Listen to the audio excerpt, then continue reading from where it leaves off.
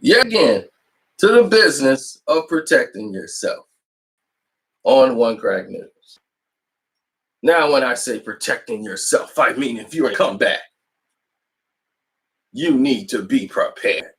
Get your cyclone. Someone comes after you. Yeah.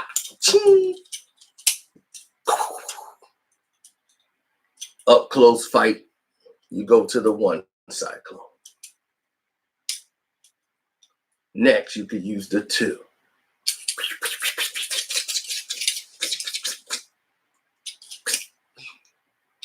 Or if it's definitely a long range, you need three. Dong, dong, dong, dong. A cyclone.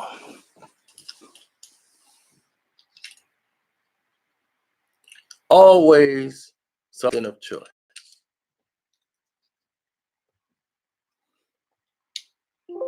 Or if it's a stealth mission of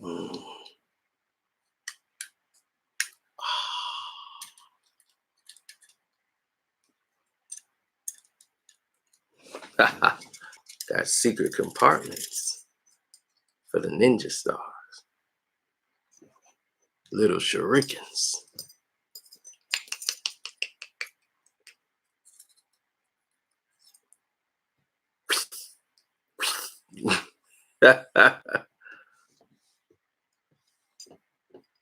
Yep. These are very sharp too, so let me put them back. I already cut myself. So let me go and put this back. Now you have to understand something. Not everybody has a cyclone.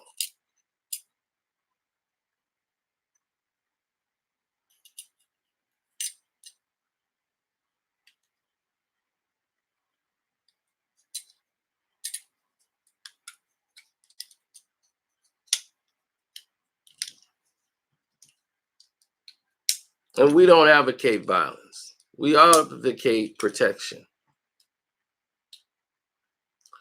These ain't toys. Do not play with this at home, children. This is very, very powerful. And I have these everywhere with all different type of assortments that come out of a special type of gadget shop. Poison dart pens. Hey, man, and I was...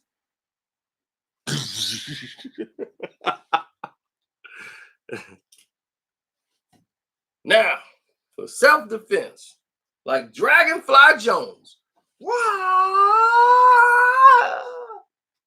This is the quarter blood technique. You do that, and a quart of blood would drop out of a man's body.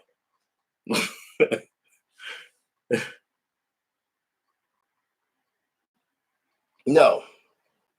Now, let's say you haven't been properly trained for martial arts and you want to learn how to defend yourself. There's always moves that you could use. Okay? Normally, if someone attacks you, they grab you up top. No one normally attacks anybody and grab them by the legs or waist. When they grab someone, they normally grab them by the shoulder or up top. So they would leave your arms and legs free. So normally if someone grabs you or something by the shoulder, you turn into them. And normally when you turn, you take this leg and you aim it right for the shin below the kneecap, right here where the shin meets the kneecap, and try to drive your leg through it. Boom! That's going to do a lot of damage to their walking ability. So if you're able to break away, you should be able to walk away very easily because it's going to be very hard and painful for them to walk.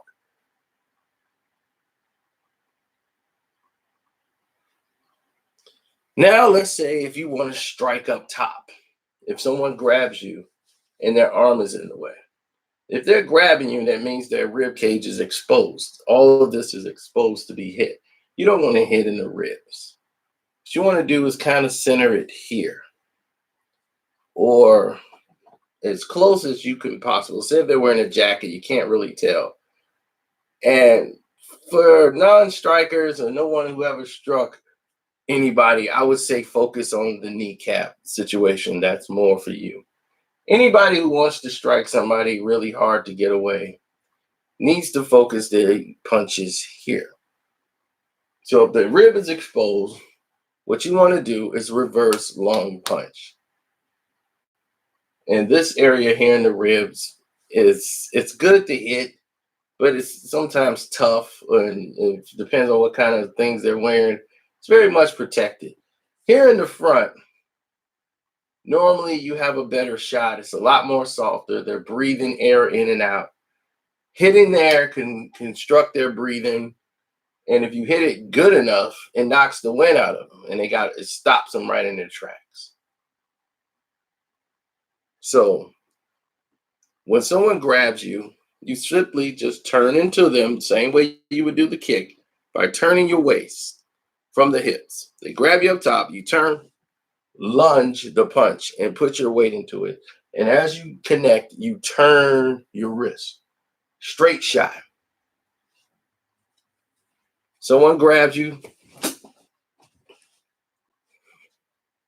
straight shot.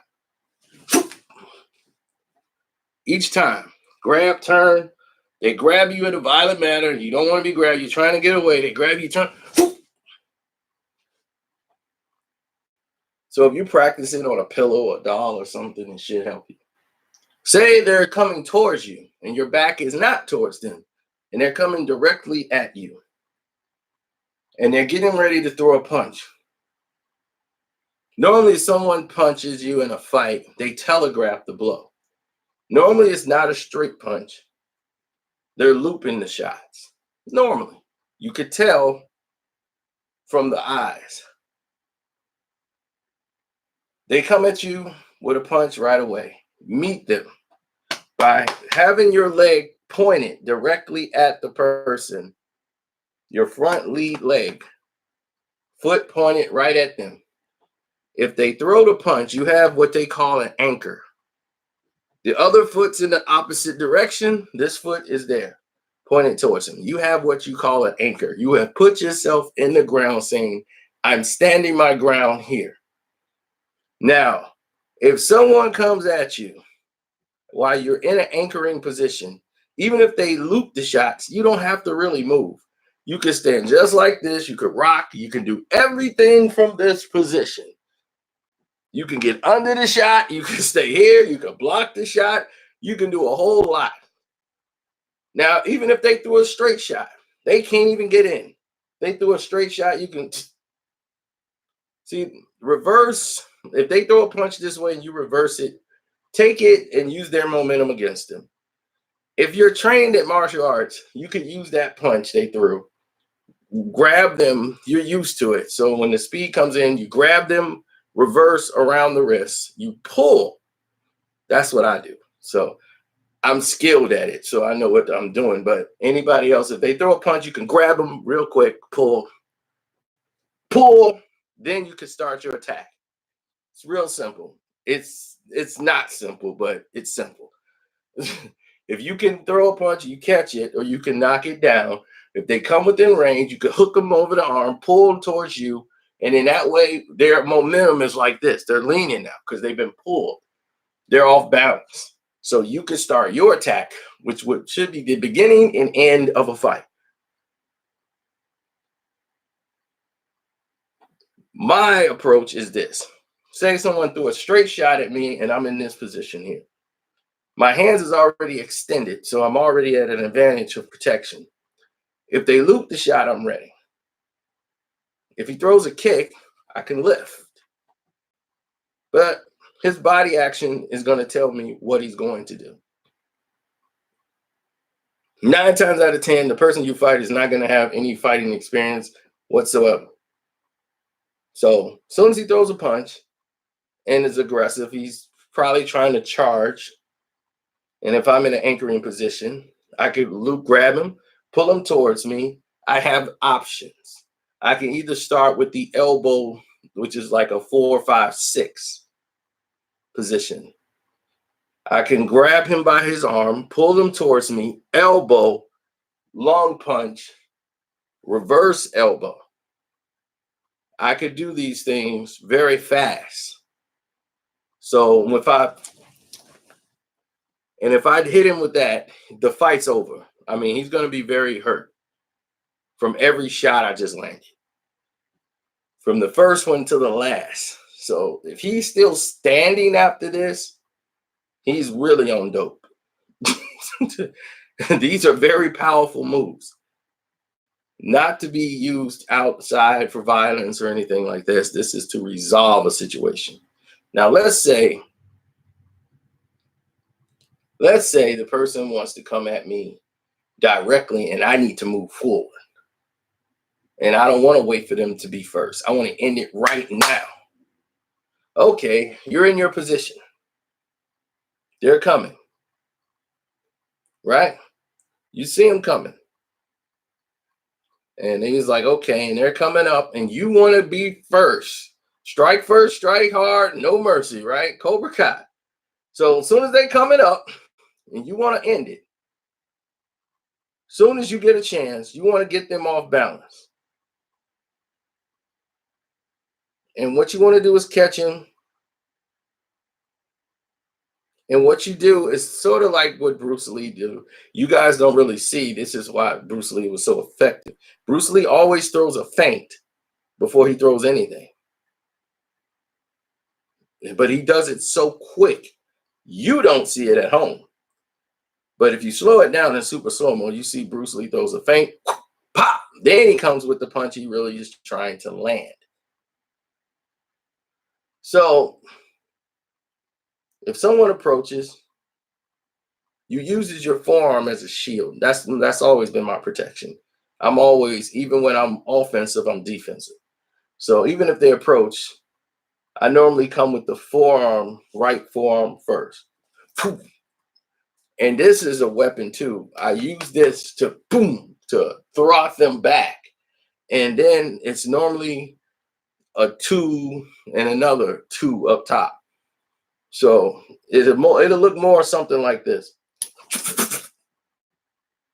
The bar is still to keep them at a pace and a distance. And it's almost like I'm measuring. I go under, then I go over. So if they approach, I go. The bar always stays here as a keeping them in a distance. This, my power hand, is coming in with nothing but power shots into the lung and solar flexes. One over, I start under, then I go over. See, the measuring bar is going to tell me exactly where on the body I need to be measured up. So I'm going under and I'm going over. So the first shot, when he comes up,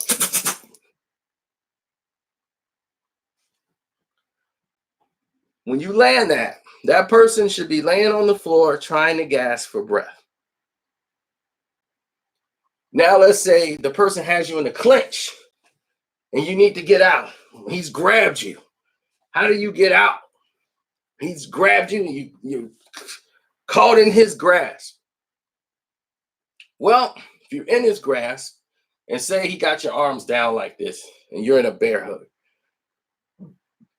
the only weapons you have available is your head, your feet, and your legs. You want to take your knee first. Try to aim it for his crotch area. Quick knee with all your weight. Try to aim it for his crotch.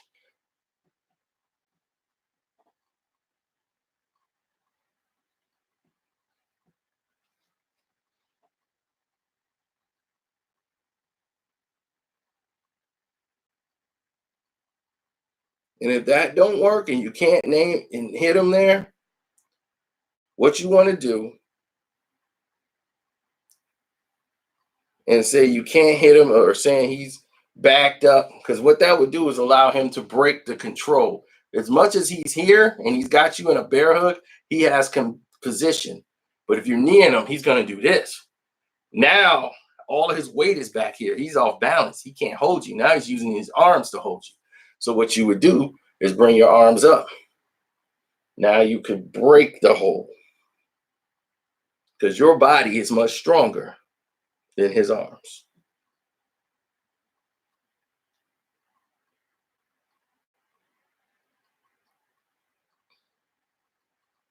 Well, me, I'm very elusive. So if someone throws a punch, I react real quick. It's like, and just that quick, the fight's over. They throw a shot, I did 3 moves there, and you probably didn't even see the 3 moves. If a punch is coming, my reflexes automatically knocks the punch out of the way. This hand grabs it, grabs his arm, and then the next punch comes in to do so much damage, and it happens very quickly. I've done this 1,000 times. So I'm very used to it. Now, I'm not telling you to time it, and it takes years to be able to practice, to be able to move people's arms and hands and catch it like this, and it takes years of practice. I'm so used to it. It's total reactions.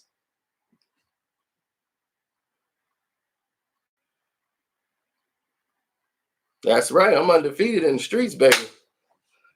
Undefeated record. They be like, yo, it's a fight gonna break out. It's 30 dudes. I'll be like, let's go. I'm running away. Best defense, don't be there. That's the best defense in the world. Pack it up, get in your car, get out of there. Best defense is not to be there. And someone gonna watch this video and be like, I know all your tricks. I'm ready for your Cino. I seen your video. And I'll be like, that was just the beginning, class. You ain't ready for what's next.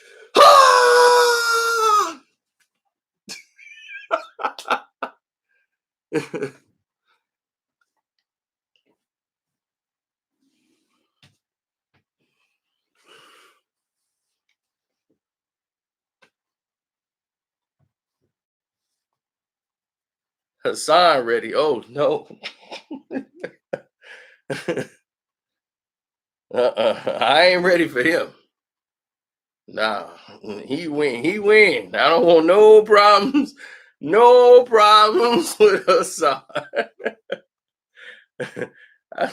I go in there, next thing you know, I wake up like my man Vin Rames, a doggone Pulp Fiction. He's sitting over there.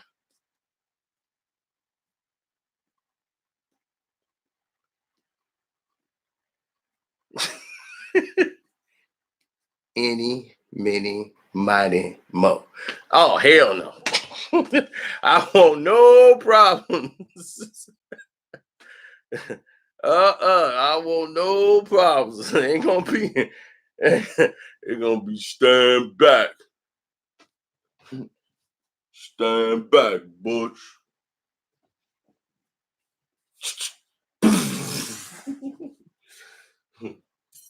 I'm gonna tell you what's now. I'm gonna get a couple of pipe hitting brothers from the south side to come here and run train on the homes. That's what's up now. You hear me talking, hillbilly boy? I'm gonna get medieval on your ass.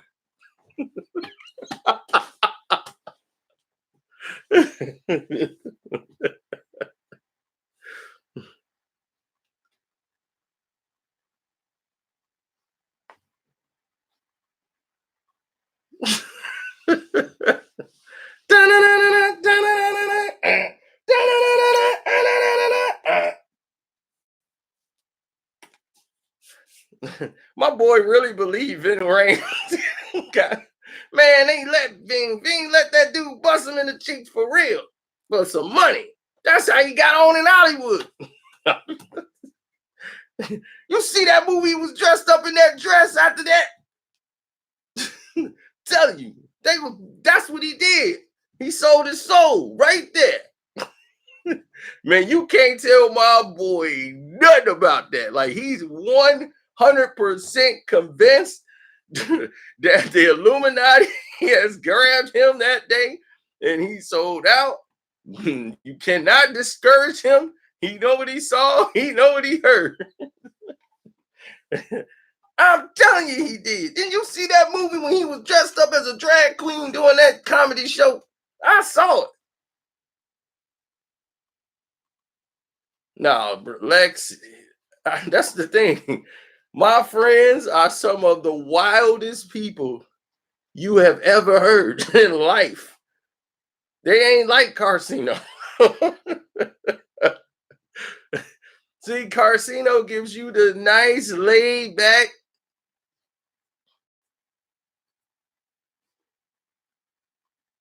I give you the nice clear version. They give you the unrehearsed street version and not YouTube friendly. And a lot of them say, yo, put me on, man. You gotta put me on your show. They think I got a show. That tells you how much they really know about YouTube. Yo, man, I heard you got a show, man. You gotta get me up there. Put me on your show. I'm like, I don't have a show. So it's called a humiliation ritual. It's a humiliation ritual. That's what they call that. Yeah, he's an Illuminati theorist all the way. They sold him out. That's how he got that money. Now they gonna cash him in when he decided to start talking and saying he don't want to do it no more. And that's when they're gonna take him out. I'm like, man. Man, oh man, oh man.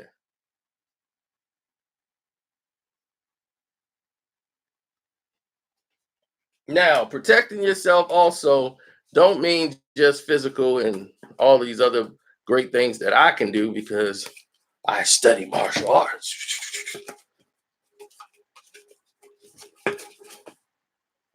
I have not only done this, I can do a lot of things with weapons and weaponry that people just don't know, and hopefully they never find out because I don't want to hurt no one. I really don't. Because that's court, that's everything. You broke my nose, man. Say no broke my nose. I don't want that. I really don't. But other ways to protect yourself is to get insurance. Get stocks and bonds, get CODs, and this way you're able to protect your future. Now, people be like, man, I ain't got no money for that. Yes, you do.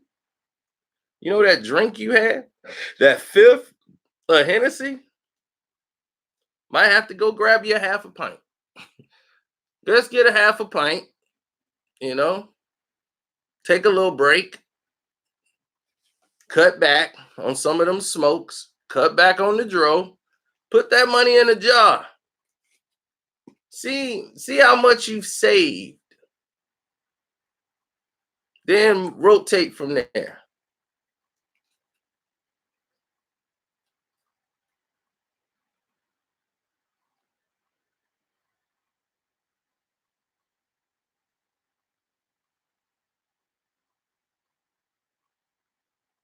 Save up. I bet you come up on 5,000 real quick.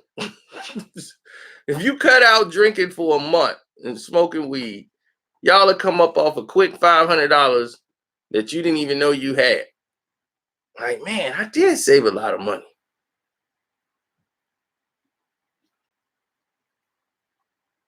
So now you're able to protect yourself a little better.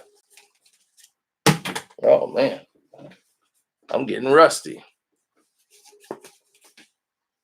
See, in a real martial arts fight, too, you'll never see all that spinning and all that. Spinning means that you're just doing it for show and trying to distract the other person.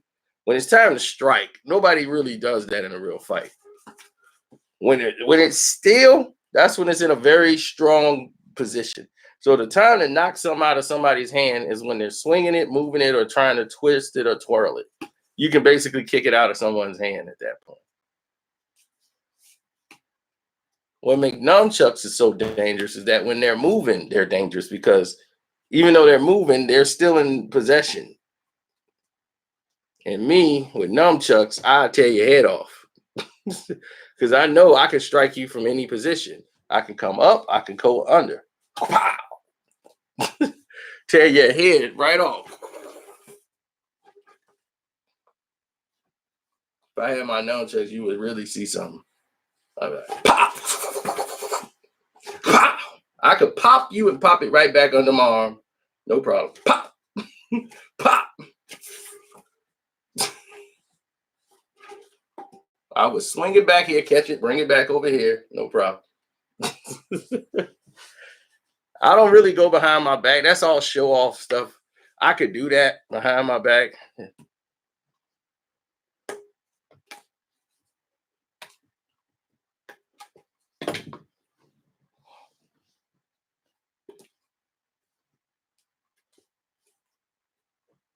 Well, the house would have to be under the LLC, sir, not under your name.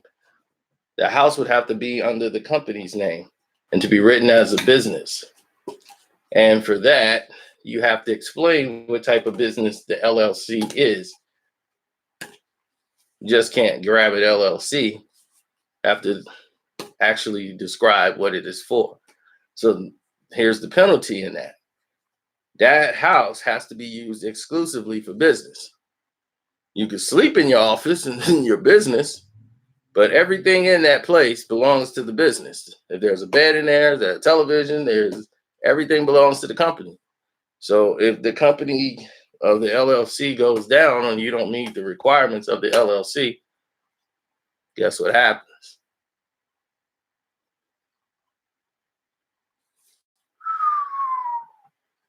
You can lose the house, brother.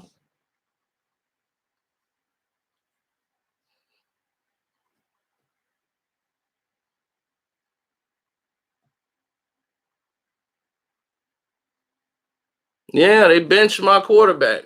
Ain't that something? My quarterback's out and my backup just got benched.